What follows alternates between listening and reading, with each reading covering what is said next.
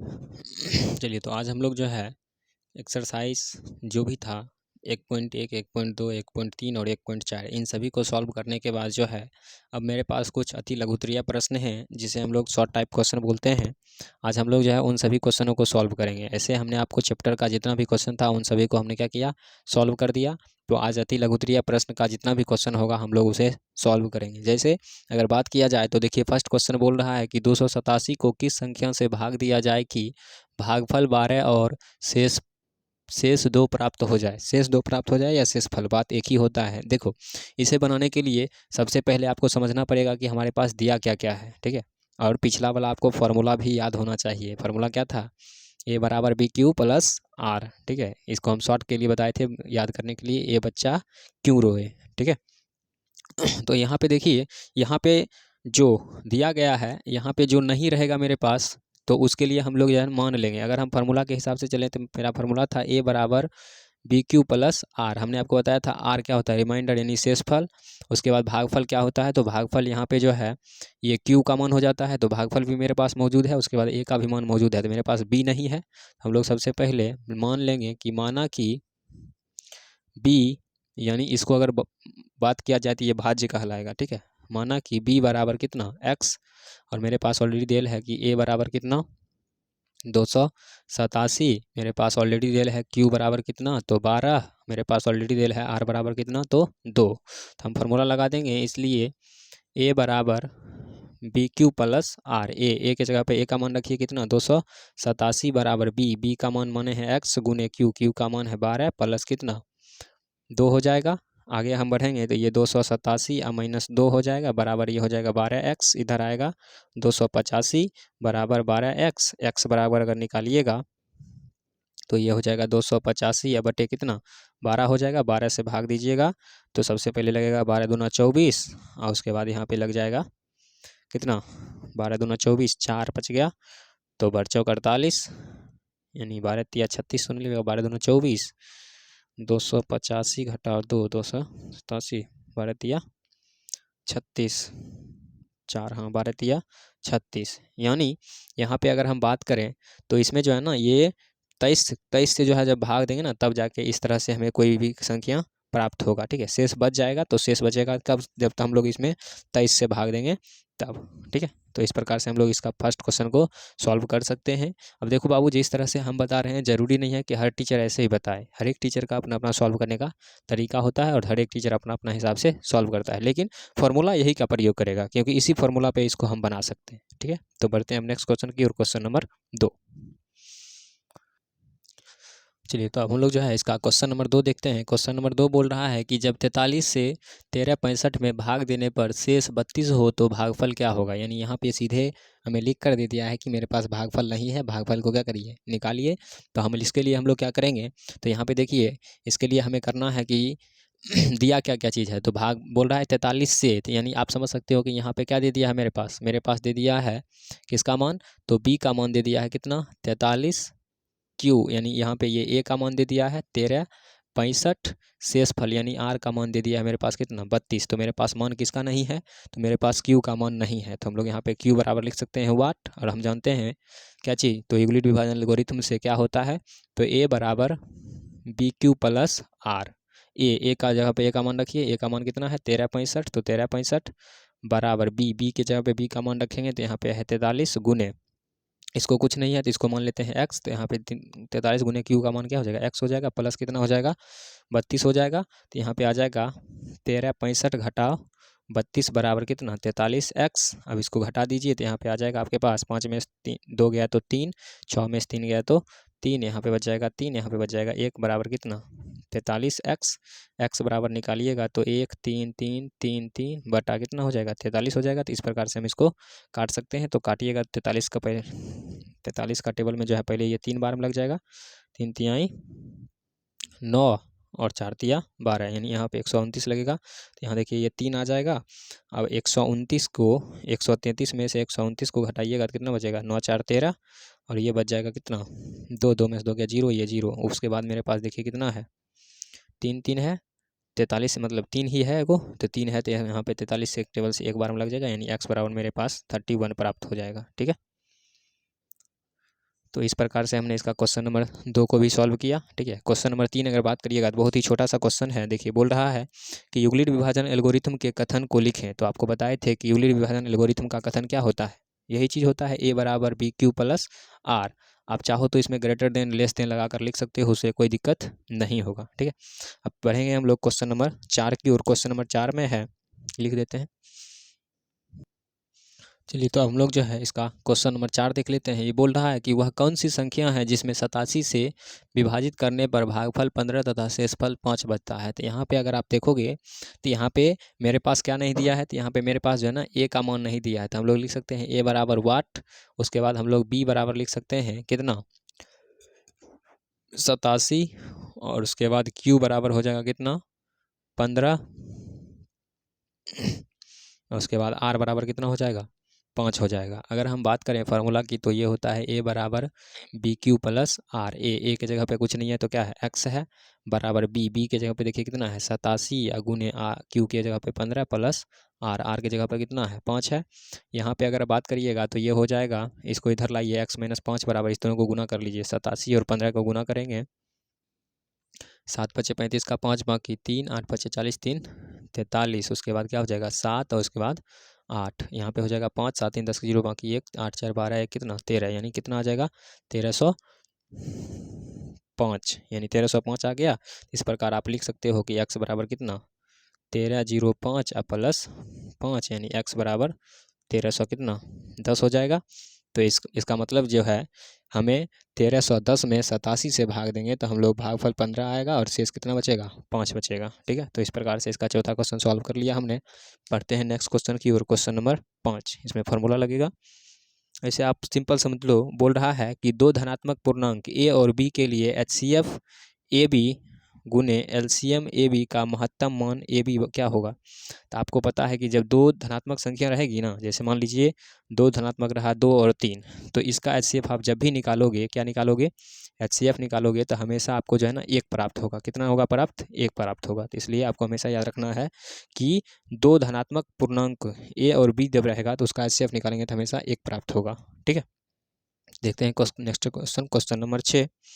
Question number 6 देखिए बोल रहा है कि बताइए कि 15/24 का दशमलव प्रसार रूप शांत है या नहीं। देखिए क्वेश्चन क्या है, तो 15/24 है, तो 15/24 को आप 24 से पहले इसमें भाग दीजिएगा, तो 24 से भाग देने पर ये कट गया तो समझ लेंगे इसका दशमलव प्रसार क्या होगा शांत होगा, नहीं कटा तो नहीं होगा शांत। यहाँ पे दशमलव दीजिएगा तो यहाँ 0 लगेगा। ठीक है, जब यहाँ ये लग जाएगा तो आप देखिए इसमें कितना से लगाइएगा। अगर हम 4 से गुना करते हैं, 24 चौके कितना 4 चौक से लग 6 बाकी 1, 4 दूना 8 है, कितना हो जाएगा 9 हो जाएगा। तो यहाँ पे 4 बार में तो लगेगा नहीं। इसमें अगर लगाने की बात किया जाए तो सबसे पहले इसको जो है 6 चौक 24, हाँ इसको 6 से गुना कर लीजिए।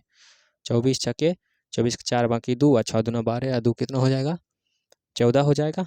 ठीक है, तो यहाँ पे सबसे पहले 6 से लगेगा तो ये हो जाएगा कितना 144, 10 में से 6 गया 4, यहाँ बचेगा कट जाएगा। फिर यहाँ पे 0 दीजिएगा, भाग नहीं लगेगा, फिर से 0 देकर यहाँ 0 उतारना पड़ेगा। अब 24 का अंक टेबल में देखिए कितना बार में आएगा 600 आएगा कि इसे कम ढूंढना पड़ेगा।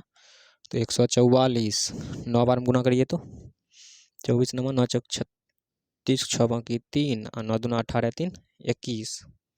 ठीक है, तो इसका मतलब यहाँ पे ही लगाना है, 0 उतारने की कोई ज़रूरत नहीं है। 24 के टेबल में इससे कम खोजेंगे तो 24 दूना 48, 24 तिया 4 तिया बड़ा 2 बाकी 1 3 दूना 6 1 7 72 हो जाता है। देखिए 2 बार में लगेगा, ये हो जाएगा 48, यहाँ से उतरेगा कितना 2 और ये हो जाएगा 1। यहाँ पे 0 उतारेंगे तो इसके मतलब अब कट जाएगा। 24 का टेबल में ये आता है कितना 5 बार में शायद आ जाता है। 24 को 5 से गुना करिए तो 5 24 0 बाकी 2 5 दूना 10 2 12, हाँ 5 बार में क्या हो जाएगा ये आ जाएगा पूरी। इसका मतलब ये दशमलव के बाद कट गया, इसका मतलब इसका दशमलव प्रसार क्या हो जाएगा शांत हो जाएगा। तो इस प्रकार से हमने क्वेश्चन नंबर 6 को भी सॉल्व कर लिया।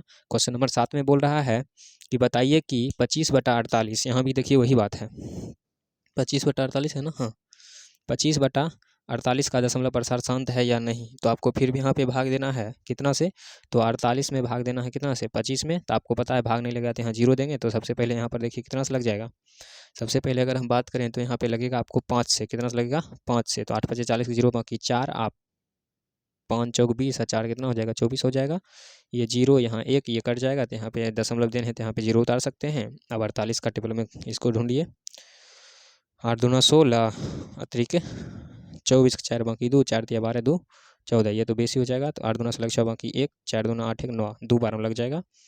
4 दूना नहीं 8 दूना 16 6 बाकी 1, 4 दूना 8 1 9, ये बच जाएगा आपके पास 4। तो यहाँ पे ये नहीं लगेगा, तो यहाँ दशमलव देने हैं तो यहाँ पे 0 उतार सकते हैं, और फिर नहीं लगेगा तो फिर यहाँ पे 0 उतारेंगे। तो अब देखिए 48 का टेबल में 400 आता है, कितना बार में हो 8 बार में आ जाता है। कितना बार में आएगा 8 बार में आएगा। तो यहाँ पे लिख सकते हो आप 400, ये इस प्रकार से ये कट जाएगा। तो इसका मतलब इसका भी दशमलव प्रसार क्या होगा, शांत हो जाएगा।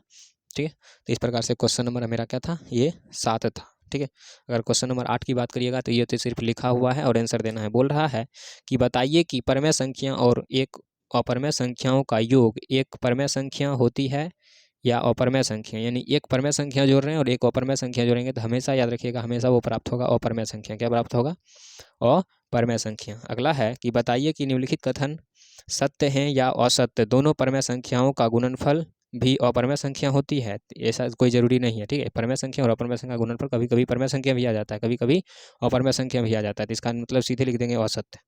आगे बोल रहा है कि बताइए कि 2 + √3 परमेय संख्या है या अपरमेय संख्या। तो आपको हमने पहले एक्सरसाइज 1.3 में बताया था कि 2 + √3 2 + √4 रूट लगा रहेगा, परमेय संख्या हो या अपरमेय हो कुछ नहीं दिक्कत है, सीधे अपरमेय में आइए आँख बंद करके। आगे है कि परमेय संख्या 43/2⁴ इंटू 5⁻³ का दशमलव विस्तार दशमलव के कितने स्थानों तक बाद रुकेगा। ठीक है, तो इसका दशमलव प्रसार जो है ना, जब आप भाग दोगे इसका दशमलव प्रसार मेरे ख्याल से 2 4 अंक तक जो है ये क्या हो जाएगा, रुक जाएगा। 4 अंक के बाद ये दशमलव प्रसार खत्म हो जाएगा, यानी पूरी समाप्त हो जाएगा। अगर हम क्वेश्चन नंबर 12 की बात करें तो क्वेश्चन नंबर 12 है कि संख्या 50 और 25 का एलसीएम और एचसीएफ ज्ञात करिए। ठीक है, तो 1 मिनट रुक जाइए। चलिए, तो हम लोग जो है आगे देख लेते हैं। इसका क्वेश्चन नंबर कितना 12 बोल रहा है संख्या 50 और 25 का एचसीएफ और एलसीएम का गुणनफल ज्ञात करिए। तो सबसे पहले 50 का हम लोग अभाज्य गुणनखंड करेंगे, 2 से लगेगा 25, 5 से लगाइएगा तो 5, 25 का करेंगे तो 5 से लगाएंगे 5 और 5। अगर बात करें एलसीएम की तो एलसीएम इसका कितना आएगा, तो 5 आएगा।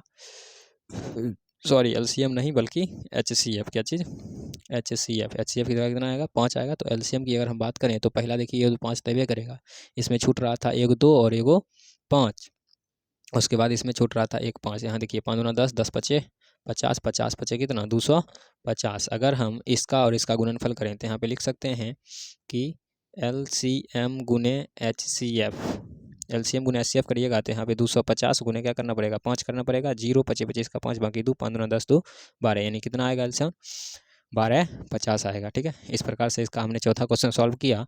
सॉरी, चौथा नहीं है, ये 12वां क्वेश्चन है। 13वां क्वेश्चन बोल रहा है कि बताइए कि 4/75 का दशमलव प्रसार शांत होगा या अशांत। आपको पता है कि यहाँ पे शांत और अशांत बताने के लिए हम लोग 75 का अभाज्य गुणनखंड कर लेंगे। तो यहाँ पे इस पहले 3 से लग रहा है, तो जैसे ही 3 आया इसका मतलब इसका दशमलव प्रसार क्या होगा, अशांत होगा। ठीक है, अगला क्वेश्चन बात करेंगे क्वेश्चन नंबर 14 का। तो 14 नंबर बोल रहा है कि यदि भिन्न a/b में b बराबर 2⁴n इंटू 5⁴n के रूप में हो। ये देखिए समझने वाली बात है कि a/b में बोल रहा है b जो है 2⁴m इंटू 5⁴n के रूप में हो, तो इसका दशमलव प्रसार क्या होगा। आपको बताए थे 2 और 5 आएगा तो हमेशा क्या होगा, शांत होगा। इसके अलावा कुछ भी आ जाए तो हमेशा क्या होगा, अशांत होगा। ठीक है, क्वेश्चन नंबर जो है 15 देखते हैं। क्वेश्चन नंबर 15 में बोल रहा है कि परमेय संख्या 73/2⁴ गुने इंटू 5⁴3 का दशमलव प्रसार कितने स्थानों तक के बाद शांत हो जाएगा। अगर हम इसका बात करें तो ये जो है ना 2 और 4, देखिए ये जो है जब आप भाग दोगे नीचे यानी 2⁴4 को गुना करोगे फिर 5⁴3 को गुना करोगे तो दशमलव के बाद आपको 4 अंक के बाद इसका दशमलव प्रसार जो है ना क्या हो जाएगा, खत्म हो जाएगा। तो इसका मतलब इसका आंसर सीधे आप 4 लिख सकते हो, कोई दिक्कत नहीं है। बाकी भाग देकर भी लिखोगे तो कोई दिक्कत नहीं होगा। आगे हम लोग बात कर लेते हैं है 127/200 का दशमलव प्रसार ज्ञात करना है। ठीक है, 127/200 देख लो, 127/200। तो हमने आपको 0 वाला भाग पहले ही सिखा दिया है। क्या चीज़, पहले 2 से इसमें भाग दे दीजिए, 2 से भाग देंगे तो क्या हो जाएगा 2 6 12, 2 3 6, 2 5 10 हो जाएगा। अब यहाँ पे 2 अंक है तो इसको 2 अंक इधर ले आएंगे तो यहाँ 0 दशमलव हम लोग लिख सकते हैं 6 3 5, इसका यही दशमलव प्रसार होगा। आप चाहो तो अपने मोबाइल पे अपने दिमाग से जैसे मर्जी हो ऐसे कर सकते हो, कोई दिक्कत नहीं है, यही आपका आंसर आइबे करेगा। ठीक है, आगे बढ़ते हैं। आगे बोल रहा है कि 625 के अभाज्य गुणनखंड में 5 की घात, देख लो आपके सामने कर देते हैं हम लोग। 625 क्या है, तो 5 से लगेगा, 5 से लगेगा एक बार, 5 दूना 10 पचे 25, 5 से लगाइएगा 5 25, 5 से 5 पर पावर कितना आएगा 4 आएगा। ठीक है, यही इसका आंसर हो जाएगा। फिर बोल रहा है 156 में 2 की नहीं 156 का अभाज्य गुणनखंड ज्ञात करिए। तो 156 का कर देते हैं आपके सामने हम। 2 से 2 सत्ते 14, 2 अट्ठे 16, 2 से 2 तिया 6, 2 नमा 18, उसके बाद 13 से लग जाएगा, 13 तिया 39, यानी इसका दशमलव सॉरी अभाज्य गुणनखंड देखेंगे 2 गुने 2 गुने 13 गुने 3 या 3 गुने 13। आप आंसर में जैसे भी लिखा हो कोई दिक्कत नहीं है। इतना बनेबे कि पता तो वही का है ना। चलिए आगे बढ़ते हैं। आगे ये हो गया ख़त्म, ठीक है। अब बात करते हैं सही विकल्प चुनना है वस्तुनिष्ठ प्रश्न का। इसका भी आंसर हम सब बोल देते हैं एक बार, आप ध्यान से सुनिएगा। पहला बोल रहा है कि 3 माइनस रूट 3। अब भाई तू 3 माइनस 3 बोलो या 3 माइनस रूट 3 बोलो या 3 माइनस रूट 4 बोलो, ठीक है, उससे कोई फर्क थोड़ी पड़ता है। तो इसका दशमलव प्रसार क्या हो जाएगा, सॉरी ये कौन सी संख्या हो जाएगी, अपरमेय संख्या होगा। दूसरा, निम्नलिखित में कौन परमेय संख्या है, तो इसका मतलब अंडर रूट जिसका बाहर निकल गया वो क्या हो जाएगा मेरे लिए परमेय संख्या होगा। तो देखो 49/64 है, तो 49 का निकल जाएगा 7 और 64 का निकल जाएगा 8। तो इसका दशमलव प्रसार क्या हो जाएगा, पर ये परमेय संख्या हो जाएगा। फिर बोल रहा है निम्नलिखित में कौन अपरमेय संख्या है, यानी जिसका बाहर नहीं निकलेगा। तो सबको निकालोगे तो निकल जाएगा। वो 20 जो है रूट के अंदर में, ये इसका कभी भी बाहर नहीं निकलेगा, कुछ ना कुछ रूट के अंदर फंस जाएगा। अगला क्वेश्चन है कि इनमें से कौन सी संख्या अपरमेय है। तो इसका मतलब सीधा बात, जिसका वर्गमूल नहीं निकलेगा वो अपरमेय होगा। तो अंडर रूट 3/5 जो है अपरमेय होगा, ठीक है। आगे बढ़ते हैं। 2√2 एक है, आपको पहले पता है रूट लगा हुआ है तो अपरमेय संख्या। निम्नलिखित में π/2 कितना होगा, तो ये अपरमेय संख्या है। पाई का मान हमेशा अपरमेय संख्या ही होती है, ठीक है। आगे है निम्नलिखित में कौन अभाज्य संख्या है, तो आपको पता होना चाहिए अभाज्य संख्या का मतलब होता है ऐसी संख्या जिसमें 1 से और स्वयं से भाग लगे। तो ऐसा एक संख्या हमें नजर आ रहा है, क्या चीज़, 11। अगला है कि 440 में 2 की अधिकतम घात क्या होगी। देख लो 440 में अगर हम 2 की अधिकतम घात ज्ञात करें कितना है, 1440 है। 2 से लगाइए 7, 2 दूना 4, 2 0 हो जाएगा। 2 से लगाइए 2 तिया 6, 2 छक 12 0 हो जाएगा। 2 से लगाइए 2 दूना 2 एकम 2, 2 तिया 6, नहीं 2 एकम 2, 2 अट्ठे 16 0 हो जाएगा। 2 एकम 2, 2 चौक 8 0 हो जाएगा। 2 सत्ते 14 0 हो जाएगा। 2 से 3 5 हो जाएगा, 5 से 7 हो जाएगा। देख लीजिए 1 2 3 4 5 6, यानी 2 की अधिकतम घात कितनी आ गई, फिर से गिन लेते हैं 1 2 3 4 5 6, ठीक है। 2 की अधिकतम घात कितना हो गया, 6 हो गया, ठीक है। आगे बढ़ते हैं। 720 360 360 का था क्या होगा, ओ सॉरी 1 मिनट, यहाँ 2 से लगेगा। 2 एकम 2 180 होगा। फिर यहाँ पे 90 होगा। फिर यहाँ पे जो है क्या हो जाएगा 45 हो जाएगा। तो अब यहाँ यहीं पे आपको जो है ना 3 से लग जाएगा, यहीं 3 से लग जाएगा, ठीक है। तो इसका मतलब इसका 2 पर पावर कितना आएगा, 5 आएगा, ठीक है। आंसर नहीं मिल रहा था इसलिए हमको कन्फ्यूजन हुआ, ठीक है। तो ये इस प्रकार से हमने इसका ऑब्जेक्टिव 8 था 8 खत्म कर लिए हैं, ठीक है। तो इस तरह से हमने पूरा ख़त्म किया। तो आज के लिए इतना ही विशेष, अगले क्लास में मिलते हैं, तब तक के लिए जय हिंद।